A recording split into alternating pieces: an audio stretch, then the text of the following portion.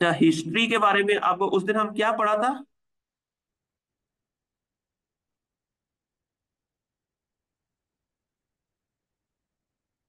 ठीक है। तो अभी हम पढ़ रहे हैं कि इसकी ना हिस्ट्री क्या है, ठीक है। टोटीपोटेंसी क्या होती है?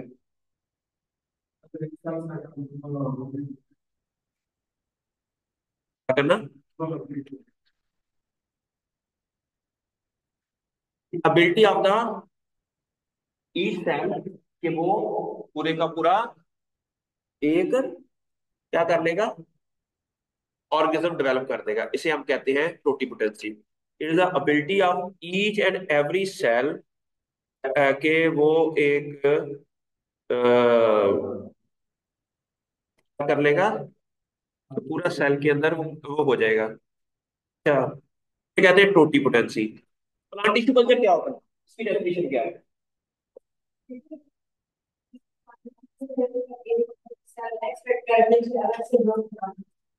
अच्छा, plant tissue culture refer to the technique in which plant cell tissue और organ are culture under sterile condition. अब ये स्टीराइल कंडीशन क्या होती है?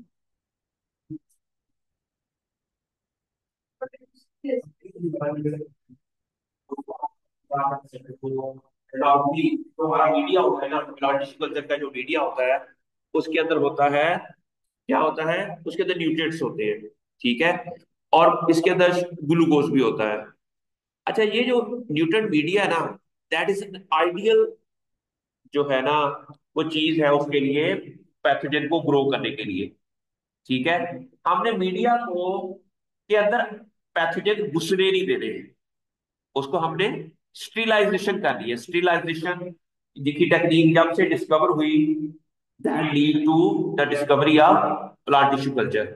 उसके बाद में प्लांट टिश्यू कल्चर का भी प्रोसेस स्टार्ट हुआ।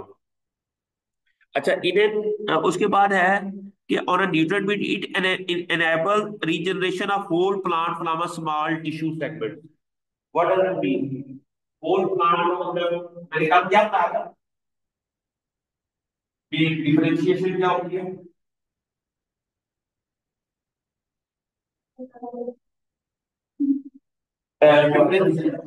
डिफरेंशिएटेड प्लांट सेल, इसका मतलब क्या है?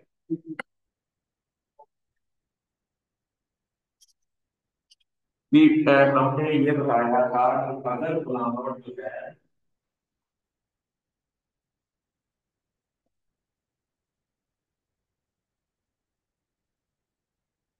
लाइक ऑफ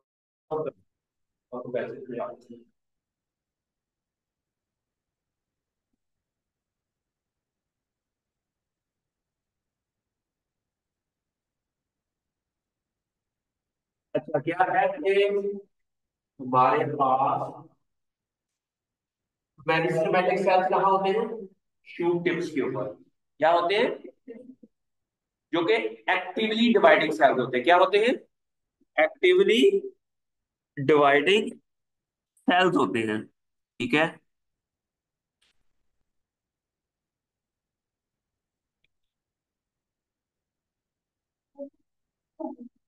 क्या कह रहे हैं?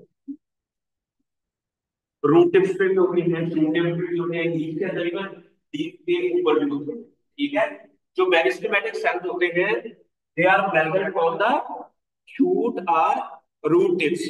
They are actively dividing cells होते हैं, जिससे एक नया ऑर्गन बनता है, जिससे नए सेल्स बनते हैं, ठीक है।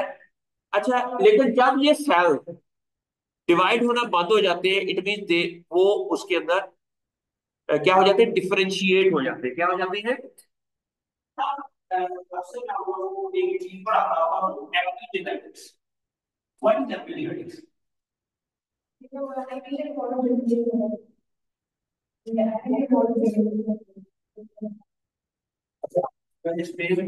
अच्छा, एक है चीज है जिसे हम कहते हैं एपिजेनेटिक्स। अच्छा, आप मुझे ये बताओ फिनोटाइप क्या होता है?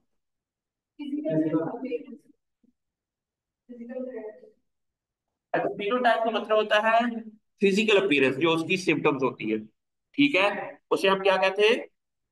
फिनोटाइप, ठीक है। फिनोटाइप की अगर डेफिनेशन हम एक फार्मूला बनाए ना, तो ये होता है कि that is equal to phenotype plus environment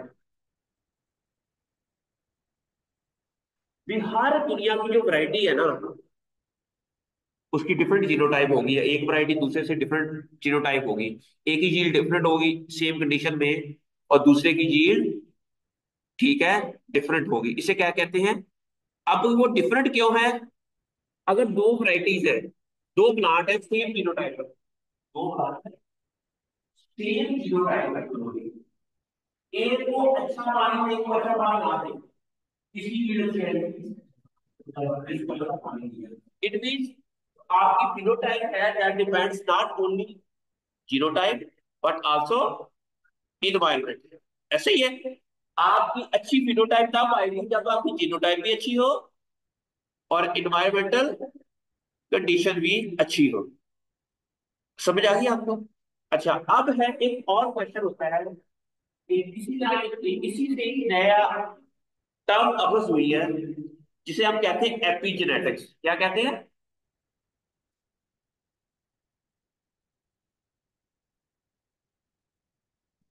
अच्छा, अब एपिजेनेटिक्स क्या है? ठीक है, एपिजेनेटिक्स कहते हैं अराउंड जेनेटिक्स, जो आपके जीन्स हैं। अच्छा, अब आपके जो जीन्स हैं वो कहाँ एक्सप्रेस होते हैं? हमारी बॉडी के अंदर कुछ कितने जीन्स हैं? 30,000 जीन्स हैं। हमारी बॉडी के अंदर 46 क्रोमोसोम है, 23 पेयर हैं, और कितने जीन है? 30,000। आप यहाँ पर आइस है, लेकिन यहाँ पर आइस क्यों नहीं है? ओके, हर जीन हर सेल के अंदर है। जब आप कहते हैं माइटोसिस होती है, एक सेल डिवाइड होता है तो दो सेल बन जाते हैं। अगर इधर 46 क्रोमोसोम है, इधर भी 46 क्रोमोसोम है, इधर भी 46 क्रोमोसोम है, ये फर्दर डिवाइड होती है, फिर एक से चार बन जाते हैं, ठीक है भाई, फिर आठ बन जाते हैं। लेकिन हर सेल के अंदर सेम नंबर ऑफ क्रोमोसोम्स होते हैं। ऐसा ही ना पढ़ा हुआ है आप लोगों ने? अच्छा, लेकिन हर सेल अगर हमारे यहाँ से लेकर यहाँ तक हर जगह जो हमारे बॉडी ग्रोथ करती है तो सेल डिवाइड होता है, क्या होता है? और हर सेल के अंदर कितने क्रोमोसोम्स होते हैं? 46। इट मीन हर सेल के अंदर सेम नंबर ऑफ जीन्स होते हैं, हर सेल के अंदर सेम नंबर ऑफ जीन्स होते हैं, लेकिन हर जीन हर जगह एक्सप्रेस नहीं होते। क्या मतलब इसकी?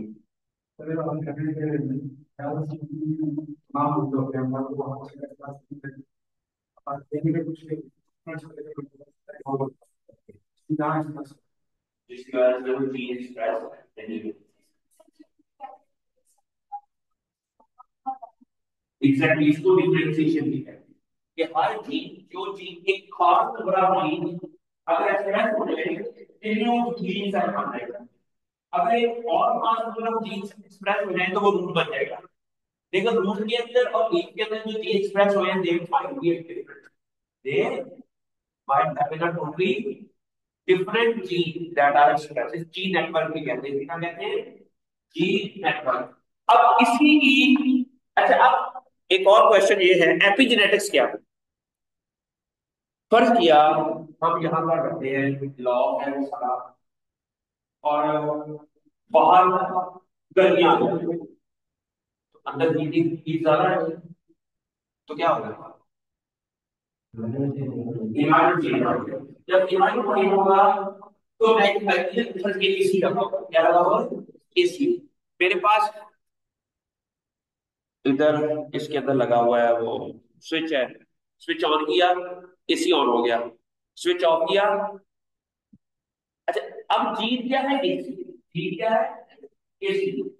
लेकिन उसको स्विच ऑन और ऑफ हो जाएगा, ठीक है, लेकिन मुझे कौन क्या चाहिए? वो इन्वायरमेंट। इन्वायरमेंट क्या चाहिए? कि मैंने साइड के अंदर किसी पढ़ा, मैं कुछ चीज हूँ जो इन्वायरमेंट की वजह से एक्टिवेट हुई, वो लाके जीन्स को, एक्सप्रेशन को ऑन कर दिया, जीन के एक्सप्रेशन को। अच्छा, अब बाहर सर्दी आ गई और बाहर से किसी बंदे ने आके मुझे स्टॉप कर दिया काम करने में, कि एसी चलाना बंद कर दो। अब इसी के नाम बंद कर दो। समझ आ रही है? अच्छा, अब जीन मैंने का जो स्विच है ऑफ कर दिया, इसी का स्विच ऑफ कर दिया, अब हमारे पास एसी नहीं चल रहा। समझ आ रही है? अच्छा, इट मीन ये जो जीन्स है ना, ये सम टाइम स्विच ऑन हो रहे हैं, सम टाइम स्विच ऑफ हो रहे हैं। अच्छा, ये स्विच ऑफ और ऑन होना, इसे एपिजेनेटिक्स कहते हैं। इसे क्या कहते हैं? ये जीन, ठीक है, और epigenetics is equal to genetics plus environment.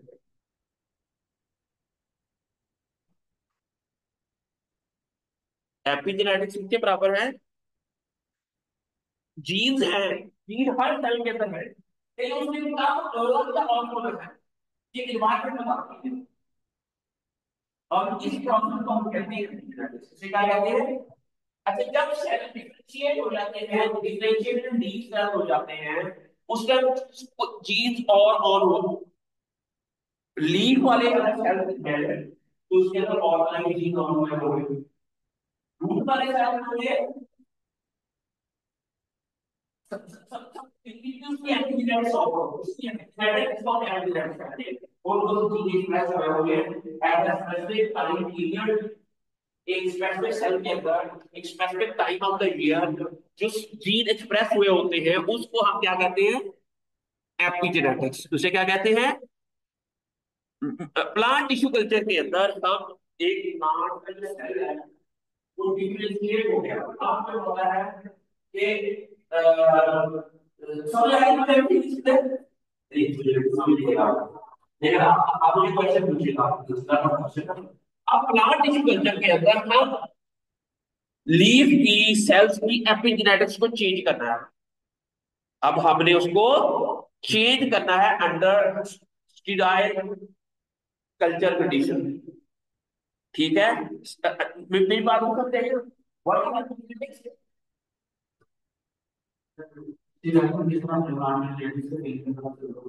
Genetics की एपिजेनेटिक्स, जेनेटिक्स का मतलब है डीएनए सीक्वेंस के अंदर चेंज करना। डीएनए सीक्वेंस के अंदर चेंज नहीं आता, जीन के एक्सप्रेशन के अंदर चेंज आता है। You are right. डीएनए की सीक्वेंस के अंदर चेंज नहीं आता। और क्या कहेंगे, अगर एटीजीसी लिखा हुआ है ये वही रहेगा, ठीक है, लेकिन इसके एक्सप्रेशन के अंदर चेंज आएगा। इसके अंदर आ जाएगा, एक्सप्रेशन के अंदर चेंज आएगा। वो किसकी वजह से? अब वो जीन अगर एक्सप्रेस नहीं हो रहा, उसके अंदर डीएनए की सीक्वेंस के अंदर चेंज आती है, वो इसलिए एक्सप्रेस नहीं हो रहा। फर्ज किया ये सेल है, बाहर से कोल्ड आया, कोल्ड ने क्या किया, अंदर जाके एक प्रोटीन होती है उसको हम ट्रांसक्रिप्शन फैक्टर कहते हैं। क्या कहते हैं? ये ट्रांसक्रिप्शन फैक्टर जो मैंने बताया था मैं वो क्या हूँ, जो मैंने नॉलेज आने वाला हूँ, ठीक है? अब ये कोल्ड ने इसको बताया कि बाहर कोल्ड आ गया, ये ट्रांसक्रिप्शन फैक्टर एक्टिवेट हुआ, इसको कोल्ड ने एक्टिवेट किया इसको। अच्छा, अब ये ट्रांसक्रिप्शन फैक्टर फिर गया न्यूक्लियस के अंदर, फिर कहाँ गया? न्यूक्लियस के अंदर। और न्यूक्लियस के अंदर जाकर इसने कुछ चीज की एक्सप्रेशन को ऑन या ऑफ कर दिया, इसे कहते हैं एपिजेनेटिक्स। इसे क्या कहते हैं? अच्छा, अब जो चीज एक्सप्रेस हो गई, जैसे मैसेंजर आरएनए बनेगा, प्रोटीन बनेगी, वो प्रोटीन कुछ ऐसे केमिकल प्रोड्यूस करेगी जो पौधे को सर्वाइव करने में कोल्ड स्ट्रेस से बचाएगी, ठीक है? इसे कहते हैं एपिजेनेटिक्स। और पूरी दुनिया का हर ऑर्गेनिज्म के अंदर सेम मैकेनिज्म होता है। भी बाहर से कोई स्ट्रेस आया, कोल्ड आया, एक ट्रांसमिशन फैक्टर एक्टिवेट हुआ, ट्रांसमिशन फैक्टर गया न्यूक्लियस के अंदर जाकर उन्होंने कुछ जीन के एक्सप्रेशन को एनहांस कर दिया और उस प्रोटीन से उसको कोल्ड से बचा दिया। इसी तरह बाहर हीट आई, हीट आई तो हीट ने एक ट्रांसमिशन फैक्टर एक्टिवेट किया, वो ट्रांसमिशन फैक्टर न्यूक्लियस के अंदर गया, उसने कुछ जीन के एक्सप्रेशन को एनहांस किया और उससे प्रोटीन ऐसी बनी जो प्रोटीन हीट से सेल को अडॉप्टेशन में लेकर आएंगे। एग्जैक्टली इसी तरह ही जब मेरिस्टेमेटिक सेल्स लीफ के सेल में कन्वर्ट होते हैं, ऐसे रासायनिक फैक्टर होते हैं जो उसको लीफ सेल बनाते हैं, उसको लीफ के सेल की तरह कन्वर्ट कर देते हैं, अडॉप्ट कर देते हैं और डिफरेंशिएट कर देते हैं।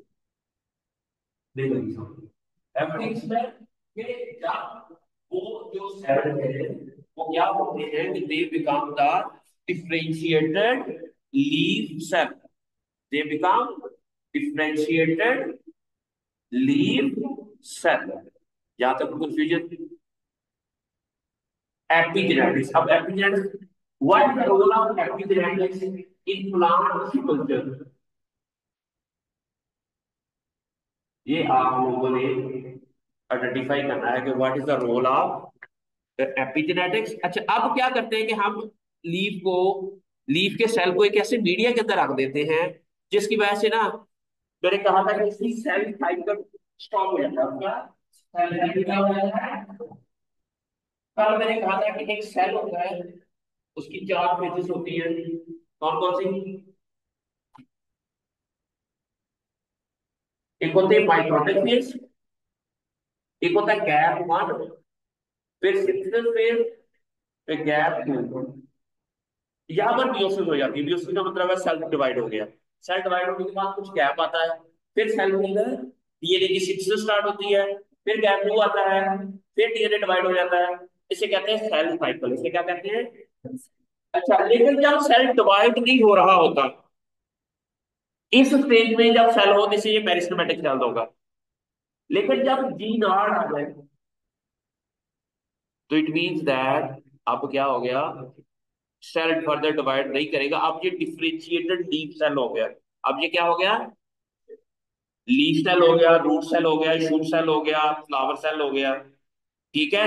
अब हमें प्लांट टिश्यू कल्चर के अंदर ये चाहिए होता है कि अगर हमने ये नया ऑर्गन बनाना है, एक ऑर्गन दूसरा ऑर्गन बनाना है, तो हमें सेल डिवीजन दोबारा चाहिए। हमें क्या चाहिए?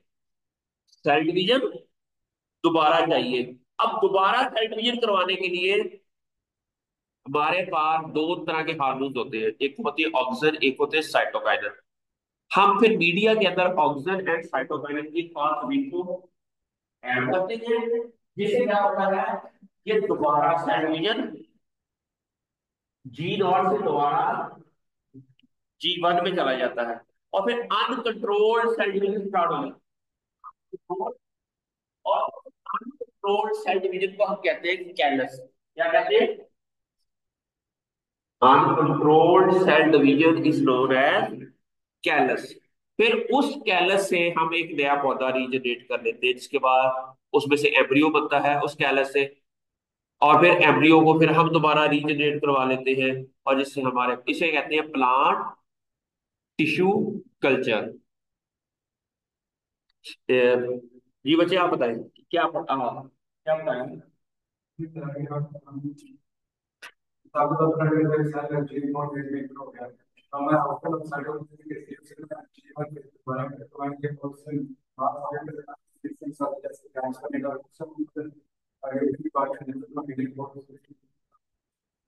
एक्सलेंट, ठीक है। अच्छा, साइटोकाइनेसिस का मतलब क्या होता है? साइटोकाइनेसिस एक प्लांट हार्मोन है। साइटोकाइनेसिस क्या है? साइटोकाइनेसिस डिवाइड करता है। साइटो की साइटोकाइनेसिस ब्रेक करना, सेल डिवाइड है, एक ऐसा हार्मोन जो सेल को डिवाइड करता है। ऑक्सीजन क्या करता है कि सेल को एलोंगेट करता है।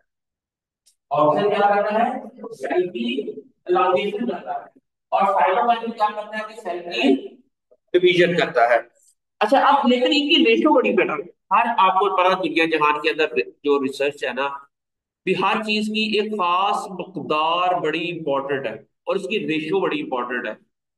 अच्छा, फर्ज किया हमें एक कंपनी है, उसके अंदर अगर हम 90% गर्ल्स रख लेते हैं और 10% बॉयज, और हमारा काम हो कंस्ट्रक्शन का, तो क्या होगा? बहुत बर्बाद हो जाएगी कंपनी ना। ठीक है। लेकिन अगर कोई ऐसी कंपनी हो जहां पर मैनेजमेंट हो, वहां पर गर्ल्स हो जाता है, ये अच्छी मैनेजमेंट होगी। इसलिए रेशो इम्पोर्टेंट है।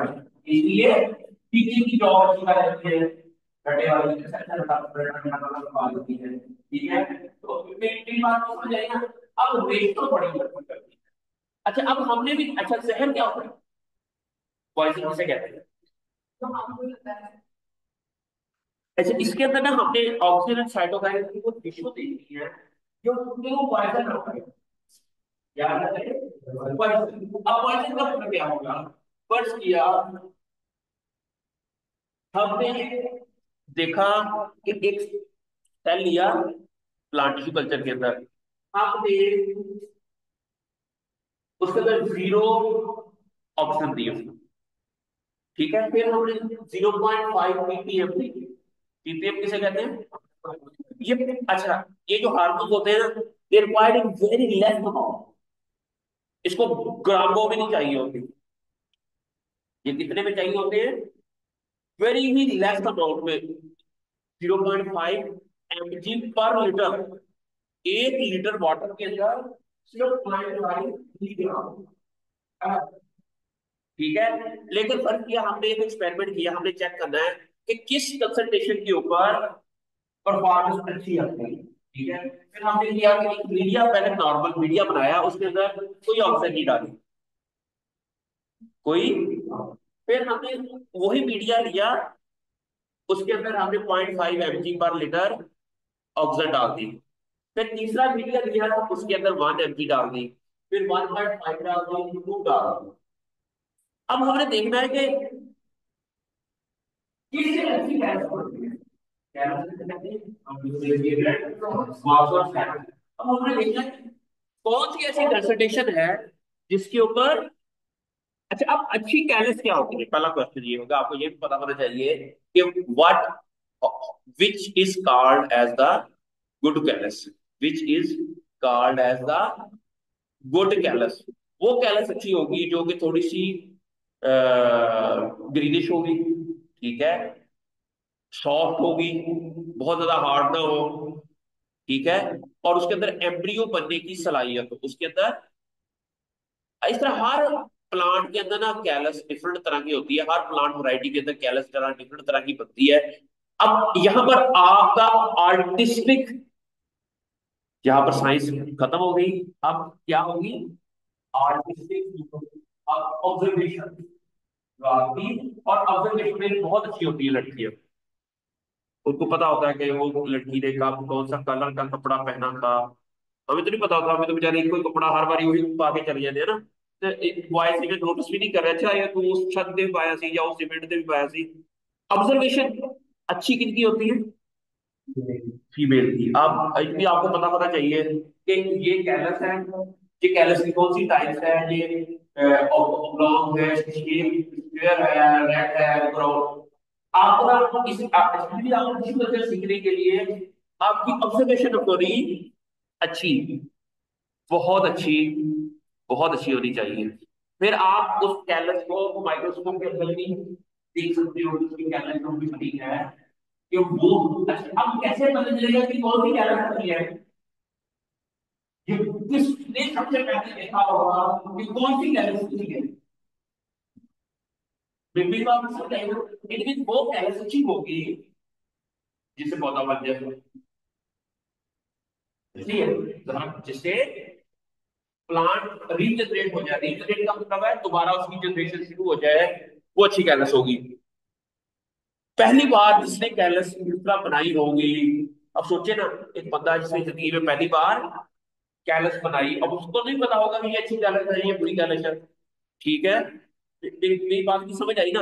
उसको तो ना पता ये अच्छी कैलस है या ये बुरी कैलस है।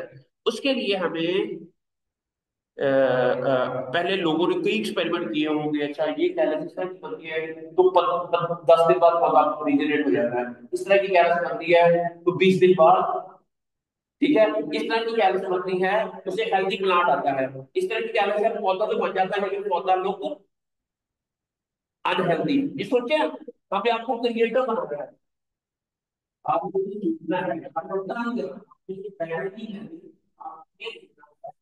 ये सबसे पहले जिंदगी में किया होगा। अब आपकी ऑब्जर्वेशन है, अब आपकी ऑब्जर्वेशन है कि वो किस तरह की कैलस है, वो वाटरी है, वाटरी होनी चाहिए, ठीक है। उसकी कैलस की डिफरेंट टाइप्स है, वो पेपर पढ़ेंगे ना आप, इंटरनेट के ऊपर सर्च करेंगे, आपको पिक्चर्स में आपको भेज भी दूंगा, आपको पता चल जाएगा कि ये हार्ड टाइप कैलस इस तरह की होती है। अच्छा, सबसे अच्छी बात ये होती है कि आप खुद एक्सपेरिमेंटली करें, खुद उसको ऑब्जर्व करें। जब आपकी अच्छा जब आप ट्रेन हो जाते हो ना कि अच्छा ये कैलस इस तरह के मीडिया के ऊपर बनती है, ये कैलस इस तरह के मीडिया, अब आप क्या हो गए, एक्सपर्ट हो गए। अब आप क्या हो गए, अपने फील्ड के एक्सपर्ट हो गए। आपको उसकी साइंस भी आती है, आपकी उसको आर्ट भी आता है। ये दोनों चीजें इसके अंदर, आर्ट भी है, साइंस भी है। ठीक है, आर्ट क्या है कि उसका कलर चेक, आपकी ऑब्जर्वेशन, ये आर्ट है। साइंस क्या है कि उसके अंदर सेल डिवीजन हो रही है, ये सारी कहानी जो अभी हमने, ऑक्सीजन है ये सेल डिवीजन करता है, साइटोकाइनेसिस सेल डिवीजन करता है, ऑक्सीजन जो है, और ये कौन सा मीडिया है, और अच्छा ये न्यूट्रिएंट्स चाहिए, ये क्यों चाहिए, ये है साइंस। ठीक है, समझ आ रही है आप लोगों को। तो ये चीजें सारी आपको जब तक नहीं आएगी, you can not be a very good plant tissue culture risk. ठीक है। अच्छा, अब है क्वेश्चन ये है कि अब ये कैसे पता चलेगा कि इन सारी कंसंट्रेशन में से कौन सी कंसंट्रेशन अच्छी है। फर्ज किया हमने देखा कि हमने ना डार्क ग्रीन कैलस बनेगी तो वो अच्छी है। ठीक है, अब हमने देखा कि यहाँ पर जीरो के ऊपर सारी येलो की बनी है कैलस, क्या हो गई, येलो। ठीक है, इसके अंदर 50% येलो है, 50% ग्रीन है। यस, मतलब क्या, अच्छा, बच्चे क्या इसका अनाउंसमेंट करें कि सुबह मैंने देखा तो बच्चे काफी कह रहे थे कि हमारी क्लासेस फ्रेश हो जाए और इनमें कितनी होते पेपर टेकन के थे पेपर्स भी अच्छा। आपका था। इसमें एक चीज आपने अगर बात को ये था कि अगर पेपर है उसी टाइम में रैश आ रहा है तो फिर आप एप्लीकेशन ले सकते हैं या फिर आप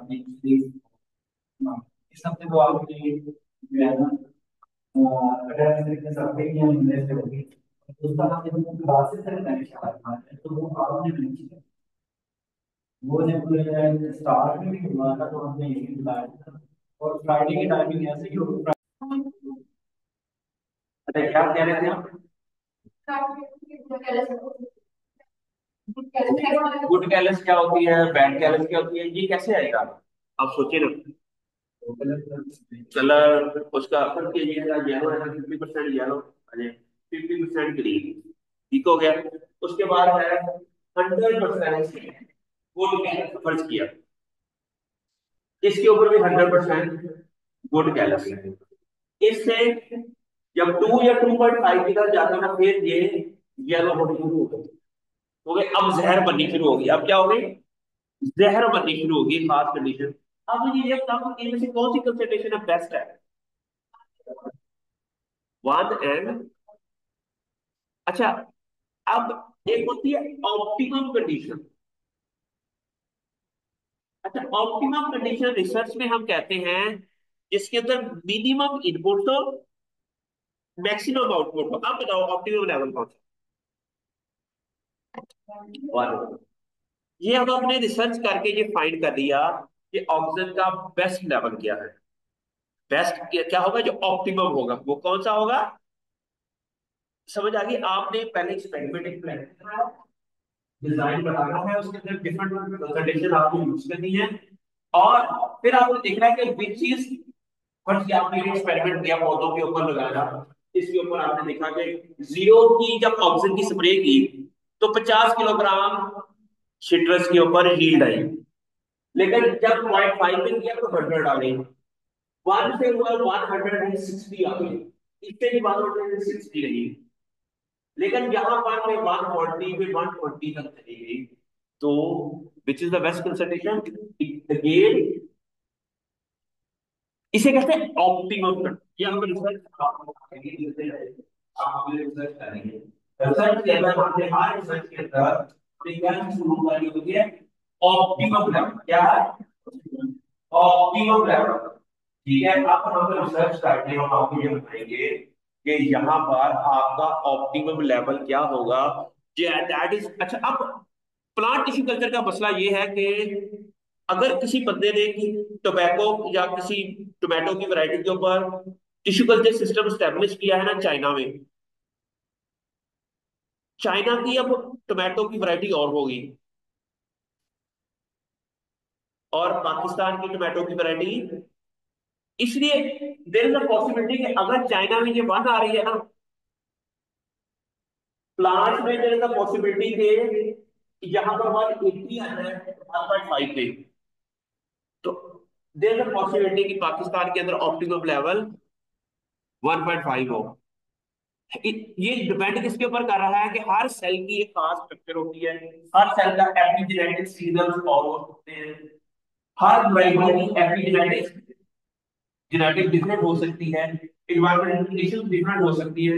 अच्छा, इसके अंदर हमने सिर्फ ये नहीं ऑप्टिमाइज करना, एक तो ये ऑप्टिमाइज कर ली, फिर आपने करना है टेम्परेचर। फर्ज किया हमने एक को 20 डिग्री सेंटीग्रेड पे रखा, एक को 24 पे रखा, एक को 28 पे रखा, एक को 32 पे रखा। फिर देख रहे हैं किसके ऊपर अच्छी कैलस बन रही है। दो कंडीशन आपने ऑप्टिमाइज कर ली। फिर आपने ह्यूमिडिटी लेवल, हमारे पास जो ग्रोथ चैम्बर होता है ना, ये कंट्रोल कंडीशन होती है। जो अच्छी टिश्यू कल्चर लैब होती है उसके अंदर कई ग्रोथ चैम्बर होते हैं, एक ग्रोथ चैम्बर नहीं होता वहां पर काफी। बट एक का टेम्परेचर 20 कर दिया, एक का 24 कर दिया, एक का 28 कर दिया, एक का 25 कर दिया। फिर एक के अंदर 60% ह्यूमिडिटी कर दी, एक के अंदर 80% ह्यूमिडिटी कर दी, एक के अंदर 70% ह्यूमिडिटी कर दी। हर चीज के ऊपर डिपेंड कर रही होती है आपकी एफिशिएंसी। अगर बाहर कोल्ड है तो और ज्यादा एफिशिएंसी होगा, अगर बाहर हॉट है डिफरेंट तरह की एफिशिएंसी होगी। इसी तरह अगर ह्यूमिडिटी लेवल डिफरेंट है एपिजेनेटिक्स और होगी। अगर 60% ह्यूमिडिटी है तो अंदर जीन एक्सप्रेस और होंगे। अगर 80% है, 100% है, उसका रिस्पॉन्स डिफरेंट होगा। हमने देखा है which is the best level. ठीक है, जब हम ये सारी चीजें ऑप्टिमाइज कर लेंगे, फिर हम एक खास कंडीशन उसको प्रोवाइड करेंगे, फिर हम रिकमेंडेशन देंगे कि this is the best condition. उसका one level of oxygen, 80% humidity, 24 degree temperature. ये फाइनल कंक्लूजन में हम देंगे कि हम रिसर्च करेंगे, रिसर्च करने के बाद आप बताएंगे अगर ट्वेंटी को कल्चर के थ्रू कल्चर करना है, तो ये हमने डिफरेंट एक्सपेरिमेंट करने के बाद हम उनमें से ये चीजें ऑप्टिमाइज की, ऑप्टिमाइजेशन, ऑप्टिमाइजेशन समझ आ गया। और उसके बाद हमारा ये रिजल्ट ये निकला है। फिर हमने उसी कंडीशन के ऊपर दोबारा एक एक्सपेरिमेंट किया, ये कंडीशन दी, तो इतने परसेंट हमारे पौधे रीजनरेट हो गए। जी बच्चे, आप क्वेश्चन करना चाहते हैं? ओके, तो इतने परसेंट जो हमारे पॉइजन किसे कहते हैं, जहर किसे कहते हैं, जहर किसे कहते हैं?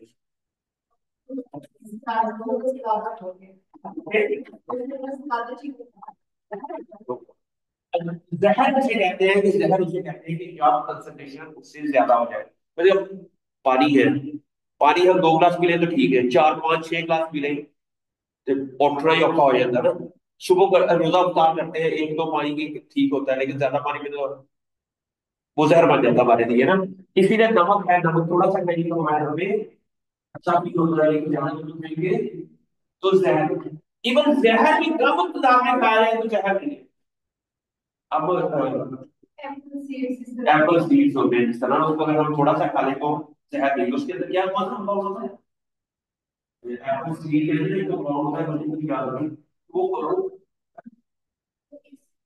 हाँ, क्या कोई ऐसा एसिड है खाते हैं तो हमारी डेथ हो जाती है, लेकिन उसकी तादाद ज्यादा हो।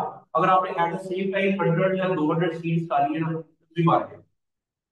ठीक है, तो इस तरह की है। आपने जो रिसर्च होती है ना, रिसर्च रिसर्च के अंदर हमने ऑप्टिमाइज करनी होती है कंडीशन। क्या करनी होती है? ऑप्टिमाइज का मतलब क्या है? Minimum inputs, maximum output. Minimum inputs, जैसे अभी ये फातिमा भी रिसर्च कर रही है, तो हमने क्या करना है कि हमने मिनिमम इनपुट से लिए और मैक्सिमम आउटपुट देनी है। अब क्वेश्चन ये है कि मीडिया क्या होता है? ठीक है, अब कौन सा मीडिया यूज किया जाए, कौन सा मीडिया यूज किया जाए? इसके लिए 1960s में दो साइंटिस्ट थे, एक का नाम था मोरिशस, एक का नाम था स्पूज। क्या नाम था उसका? ये दोनों स्टार्स के थे, मोरिशस एंड स्पूज। उसको हम एमएस मीडिया कहते हैं।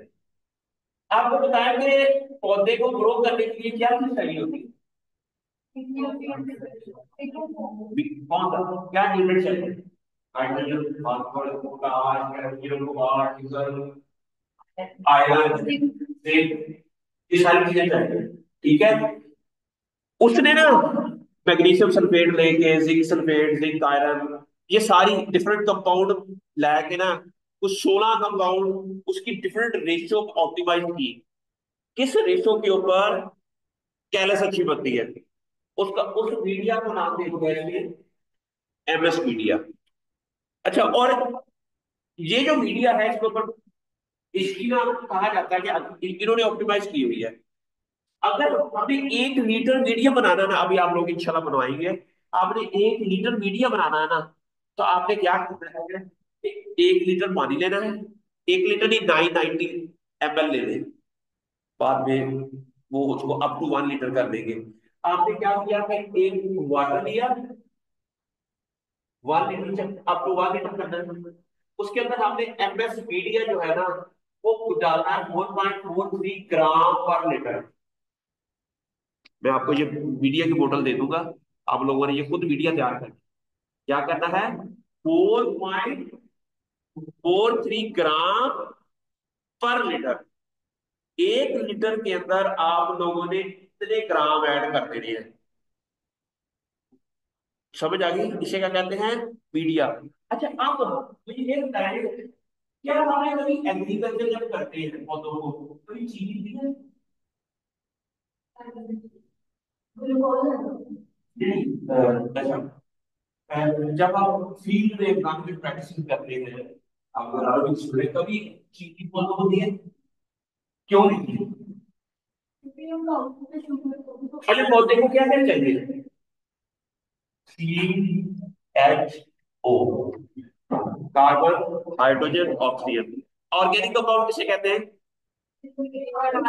कार्बन भी हो, हाइड्रोजन भी हो, ऑक्सीजन भी हो, जिसका हम ऑर्गेनिक केमिस्ट्री में हमने पढ़ा था कि ऑर्गेनिक कंपाउंड सारे वो होते हैं जो नेचुरली लिविंग ऑर्गेनिज्म के अंदर होते हैं, जिसे हम ऑर्गेनिक केमिस्ट्री कहते हैं। ऑर्गेनिक के अंदर कार्बन, हाइड्रोजन, ऑक्सीजन का होना, इनमें पौधों के अंदर ये होते हैं। लेकिन ये जो एमएस मीडिया है ना, इसके अंदर ना ही कार्बन होता है, ना ही हाइड्रोजन होती है, ना ही ऑक्सीजन होती है। हम फर्टिलाइजर डालते हैं पौधों को, अमोनियम नाइट्रेट डाल दिया, फॉस्फोरस डाल दी, लेकिन कभी कार्बन नहीं डालेंगे। क्यों नहीं डालेंगे? इन्वायरमेंट में फ्रीली अवेलेबल होती है।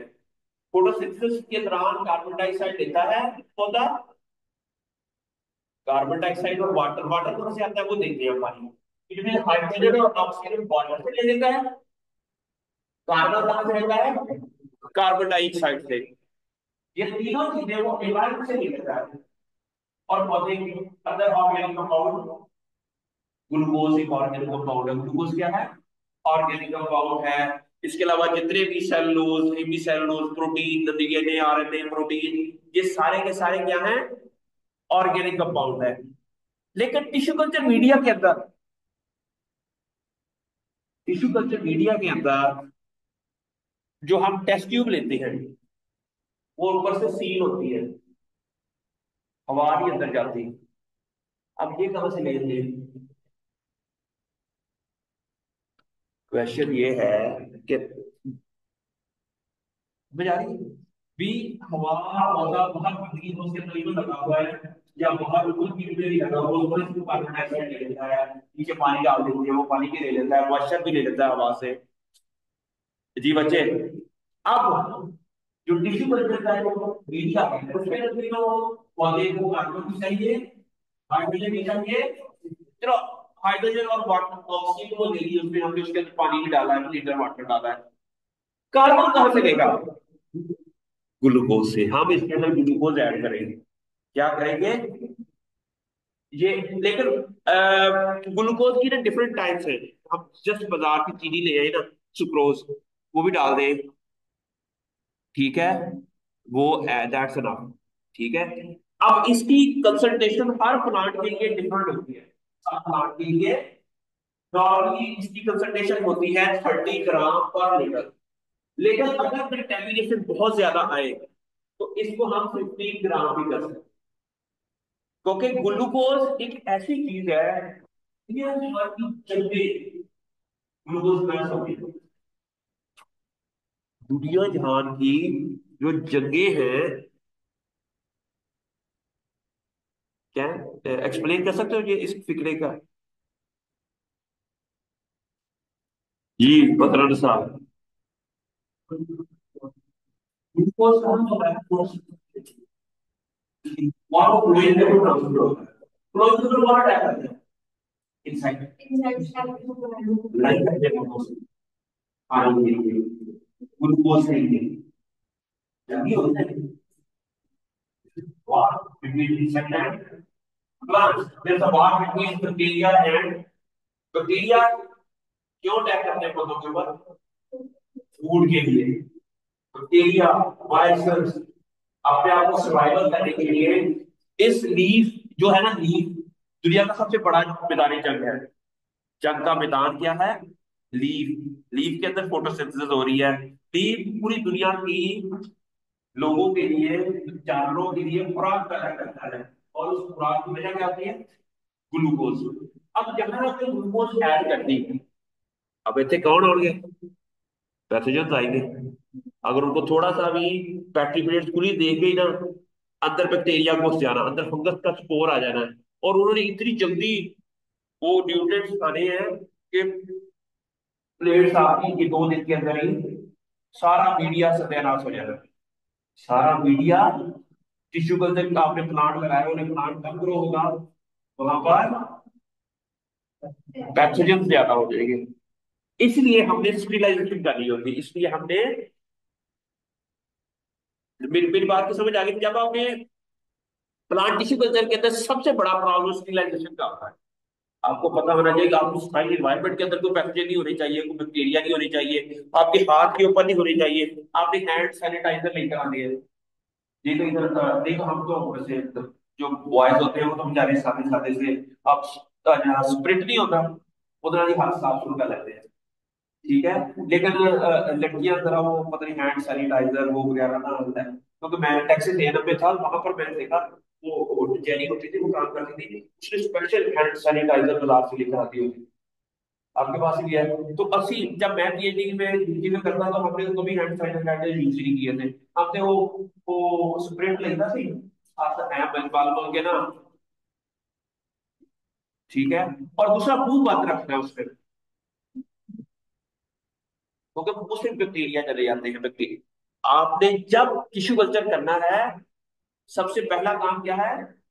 मुंह बंद रखना है आप लोगों ने, क्योंकि उसके थ्रू ही जो बैक्टीरिया है या ये चीजें, और आपके, आपने मास्क पहन के टिश्यू कल्चर करनी है, वो कोशिश करें ग्लव्स पहन ले, कोई हाथ, हाथों से भी कंटेमिनेशन जाती है, ठीक है। समझ आ रही है कि क्यों जाती है? क्योंकि हमने वहां पर ग्लूकोज आर्टिफिशियली दिया हुआ है, नेचुरली पौधों के ऊपर ग्लूकोज जहरा वो नहीं देते, क्योंकि वहां पर इवन ग्रीन हाउस के अंदर जब हम पौधों को ग्रो करते हैं ना, हर जो इंटरनल फार्मिंग वाले हैं, हर थोड़े दिनों बाद उनके अंदर दिन में एक बार ना उसके पर्दे रिमूव कर देते हैं, क्योंकि अंदर जो कार्बन डाइऑक्साइड की रेशो कम हो जाती है।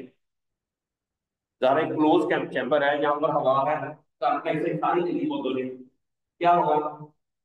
हवा में कार्बन डाइऑक्साइड की रेशो कम हो जाएगी।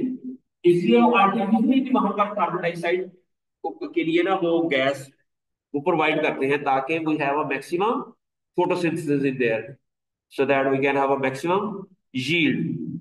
समझ आ गई?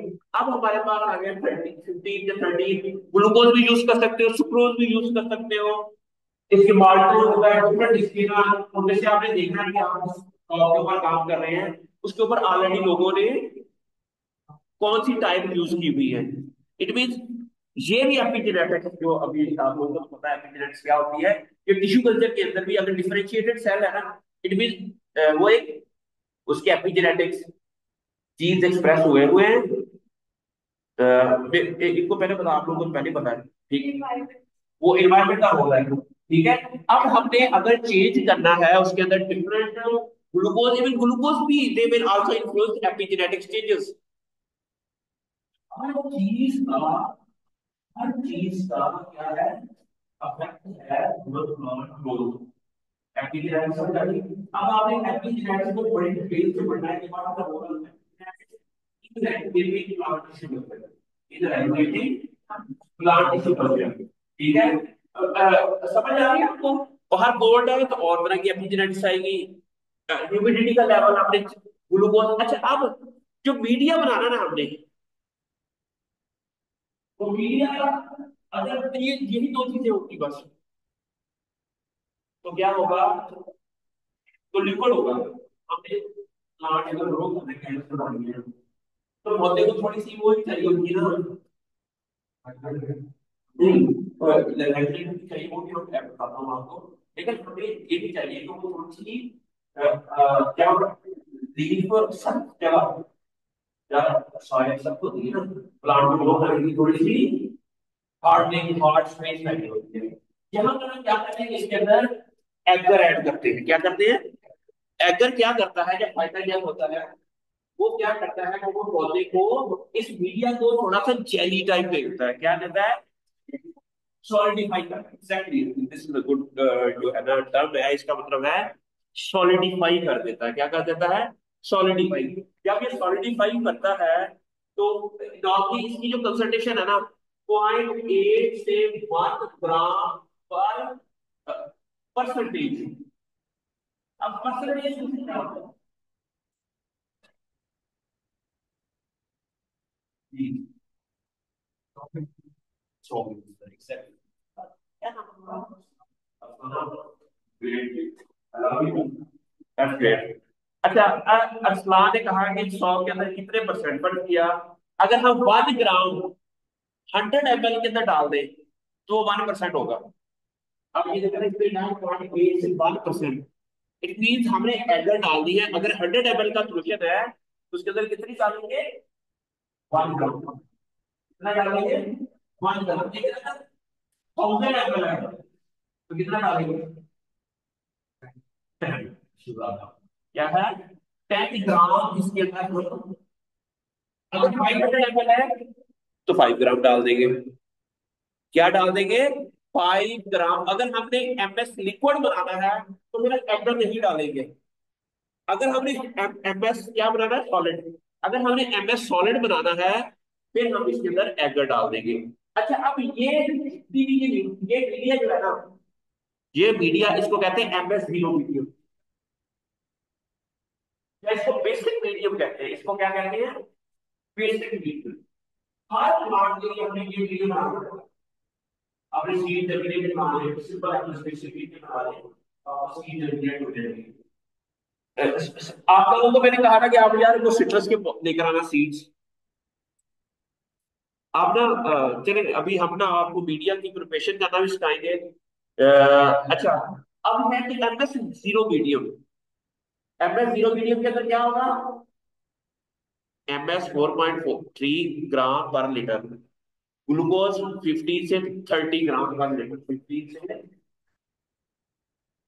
एगर जो है। अच्छा, अगर ये होगा एफएस, एमएस फुल मीडियम कहते हैं, एमएस फुल स्ट्रेंथ मीडियम। अगर हम ये मीडिया 2.2 करते हैं, इसे कहते हैं एमएस हाफ। क्या कहते हैं इसको? MS half, MS half strength. फिर कुछ लोग अपनी मर्जी के मुताबिक मीडिया के अंदर चेंजेस कर देते हैं, उसे कहते हैं कि एमएस ऑप्टिमाइज्ड मीडिया। अपनी मर्जी के मुताबिक उसके अंदर न्यूट्रिएंट्स आगे पीछे थोड़े बहुत कर लेने। लेकिन नॉर्मली जो होल स्ट्रेंथ मीडिया कहते हैं उसे हम एमएस जीरो मीडिया भी कह देते हैं। क्या कह देते हैं? MS zero media. अच्छा, अब अगर हमने सीड जर्मिनेट करवाना है, सिंपल सीड जर्मिनेट कराना, हम simple simple MS zero media बनाते हैं। लेकिन अगर हमने कैलस बनानी है तो फिर क्या करेंगे? MS zero medium plus oxygen plus cytokinin. अच्छा, लेकिन कुछ ऐसे प्लांट होते हैं जिनको के अंदर ना हमें विटामिन विटामिन भी चाहिए होते हैं, तो सिंपल एमएस जीरो मीडियम में ग्रो नहीं करते। आपको ना प्लांट को हमें हमें सब टाइम विटामिन विटामिन लेते हैं ताकि हमारी बॉडी इम्यूनोन्यूट्रिएंट्स हमारी इम्यूनिटी अच्छी हो जाए। ठीक है, कुछ ऐसा मीडिया होता है जिसके अंदर हम क्या करते हैं? विटामिन विटामिन ऐड कर देते हैं। समझ आइए आप लोगों को? अच्छा, ये डिपेंड। अच्छा, कुछ ऐसे भी एमएस मीडिया आते हैं जिसके अंदर ऑलरेडी विटामिन ऐड होती है। कंपनी से हमें एमएस मीडिया आता है विद विटामिन, एक आता है एमएस मीडिया विदाउट विटामिन। अगर विद विटामिन हो फिर भी हमें वो 4.43 ग्राम पर लीटर ही देता है। समझ आ गई? अगर विदाउट विटामिन है, कुछ ऐसे पौधे होते हैं जिनको अंदर विटामिन डाले ना तो टिश्यू कल्चर अच्छा नहीं होता। Epigenetics, you got my point. What epigenetics? इसकी आपको पता होना चाहिए कि व्हाई एपिजेनेटिक्स इज इंपॉर्टेंट। ठीक है, इसका क्या रोल है और इससे क्या होता है। ठीक है, और टिश्यू कल्चर के अंदर इसका क्या रोल है। तो समझ आ गई आपको आज के लेक्चर की? मुझे लगता है हमने क्या क्या पूरा आप बताए क्या पढ़ा?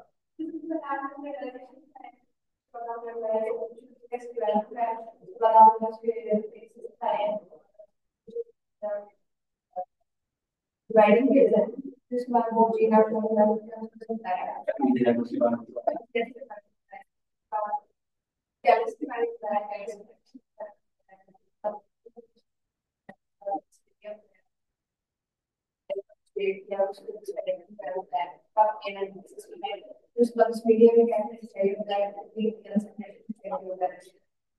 ये सारी चीजें आपने देखा होगा, मुझे प्रिपरेशन होगा मीडिया टेलीग्राम ये वो कितनी बार किया हुआ है हैंड से। तो मुझे ना प्रिपरेशन मीडिया सारे कंसल्टेशन एवरीथिंग इज ये मैं ऊपर से देख सीवी बता देते हैं हम। तो क्या है कि जितना आप प्रैक्टिकली चीजों को करोगे।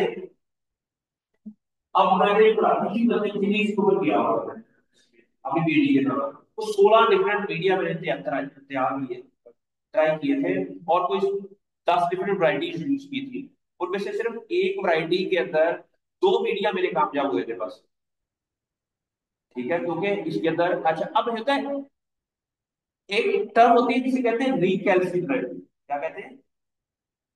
अच्छा, एक ऐसी दुनिया के अंदर वैरायटी सोयाबीन की है या चीनी की है या किसी भी, जिसको हमने बहुत कुछ ट्राई कर लिया, डिफरेंट मीडिया कंसल्टेशन भी चेंज करके देख ली, उसके ऑक्सीजन लेवल भी चेक चेंज करके देख लिया, उसके अंदर डिफरेंट हार्मोन भी चेंज करके देख लिए। बाद में पता चला कि उसके अंदर पौधा नहीं रीजनरेट हो रहा। उसे हम कहेंगे रिकैल्सिट्रेंट स्पीशीज। इसे क्या कहेंगे? Recalcitrant species. It does not mean कि वो उसके अंदर प्रेशर लेंगे, प्रेशर है, लेकिन हमेशा कई ऑप्टिमाइजेशन ऑप्टिमाइजेशन किया जाएगा। ऑप्टिमाइजेशन किसे कहते हैं?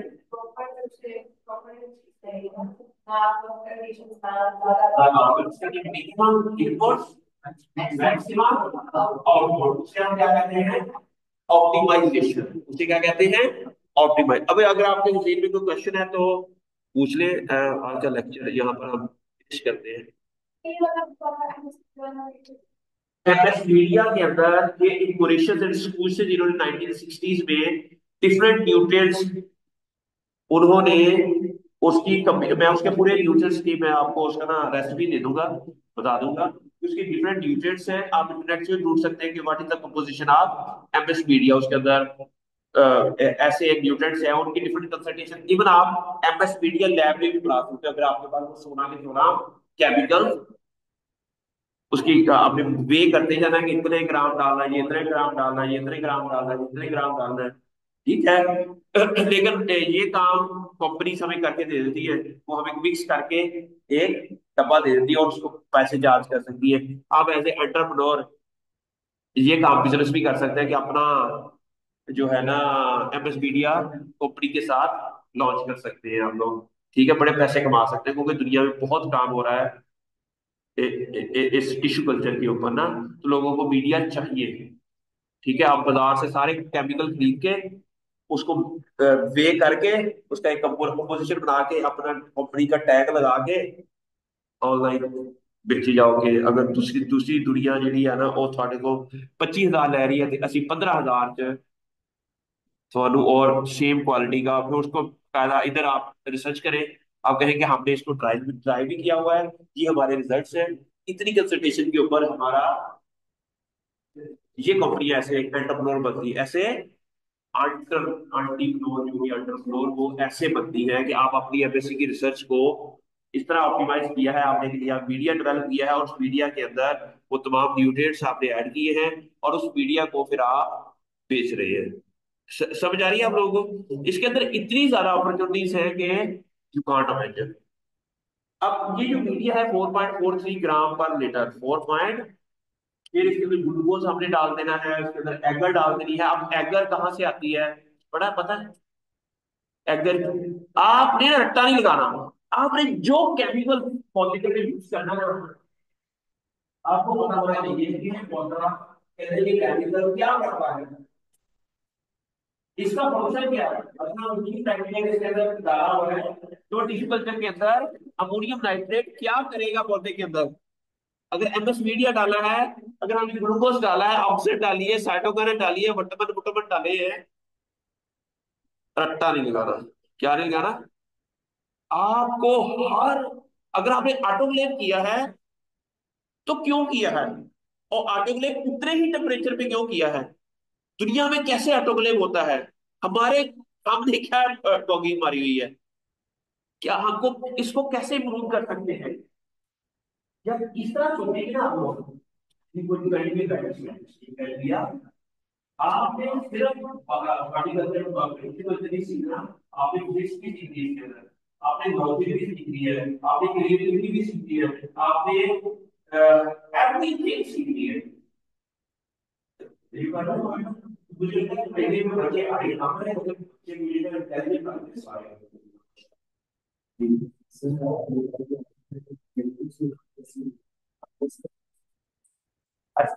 हार्ड हो जाएगा उसमें, चेरी टाइप वो एंकर करेगा। जिस तरह सॉइल नहीं होती है ऐसे उसका सॉइल के तौर पर उसका मीडिया बन जाएगा। ठीक है, क्योंकि अगर मीडिया नहीं होगा ना तो वो प्लांट रूट्स जब बनेगी तो वो कहाँ जाएंगी, और रूट्स भी उसके अंदर अच्छे तरीके से उस एगर के अंदर, जैसा सॉइल के अंदर चली जाती है, इस तरह एगर के अंदर वो इजीली पेनिट्रेट कर जाती है। ठीक है, और रूट्स शूट भी बनेगी। ठीक है, ये सारी कंडीशंस कैसे आएंगी?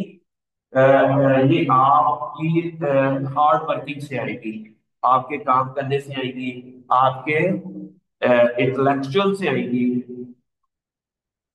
चलो बेसिक तो यही है समझो प्लांट टिश्यू कल्चर। इसकी मैं जितनी मर्जी आपको साइंस में थोड़ी थोड़ी मैं साइंस पढ़ाता रहूंगा, लेकिन मेन यही है कि आपने मीडिया बनाना है, आपने कैलस बनानी है, आपने एम्ब्रियो डिटेक्शन मीडिया बनाना है, आपने फिर शूट रीजनरेशन मीडिया बनाना है, फिर वुड रीजनरेशन मीडिया बनाना है, फिर हार्डनिंग मीडिया। हार्डनिंग मीडिया क्या होगा?